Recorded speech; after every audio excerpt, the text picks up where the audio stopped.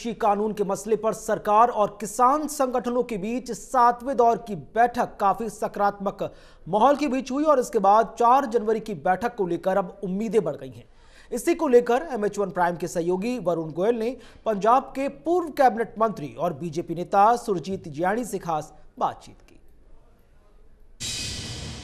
पंजाब के पूर्व कैबिनेट मंत्री सुरजीत जियानी साहब हमारे साथ मौजूद हैं। जियानी साहब, कल की मीटिंग के बाद ऐसा लग रहा है कि कोई रास्ता निकल रहा है या डेडलॉक टूट रहा है, क्या उम्मीद कर रहे हैं?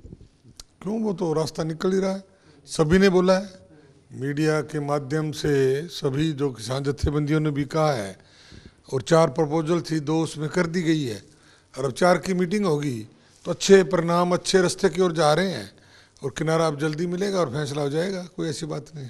जियानी साहब, क्योंकि अभी भी जो किसान बाहर आ रहे थे वो कह रहे थे कि कानून वापसी अभी भी वो एक मुद्दा बना हुआ है, आपको लग रहा है उसमें भी कोई रास्ता निकल जाएगा? देखो, जब मीटिंगें होंगी, बैठक होगी, उसमें तो रास्ते तो निकलेंगे।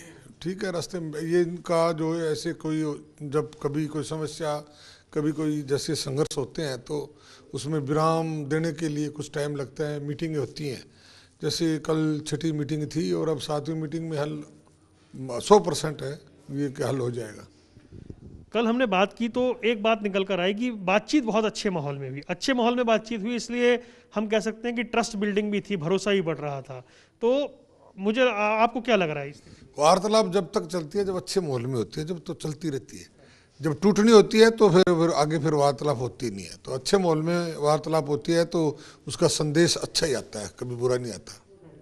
सर, क्या संकेत मान रहे हैं आप, क्योंकि बहुत लंबा टाइम हो गया है और ऐसे में क्या ये स्थिति अब बदलती हुई नजर आ रही है? आपको क्या लगता है?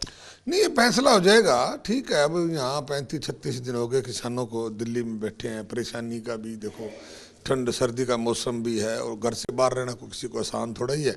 और सरकार भी कोई खुश थोड़ी है, सरकार को भी इस चीज़ की चिंता है, प्रॉब्लम है।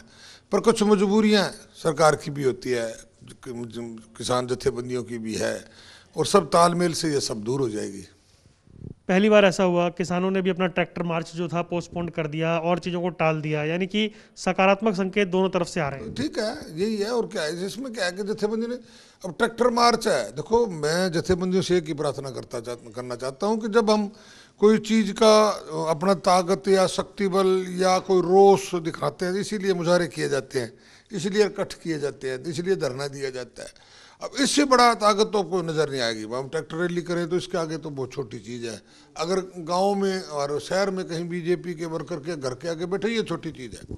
सबसे बड़ी चीज़ और किसान की एक ताकत जो है देश की और सरकार के सामने आगे भी किसान में ये रोष है और हमें ये सुननी चाहिए, और सरकार इस बात में सुन भी रही है और फैसला हो भी जाएगा।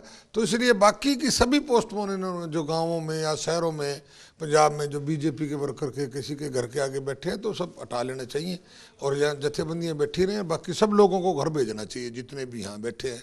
तो क्यों परेशानी है? बाकी जत्थेबंदियाँ के जो लोग हैं, 10-20 लोग, 40 लोग, 50 रह जाएं और वो बैठ के करते रहे जब तक हल ना हो।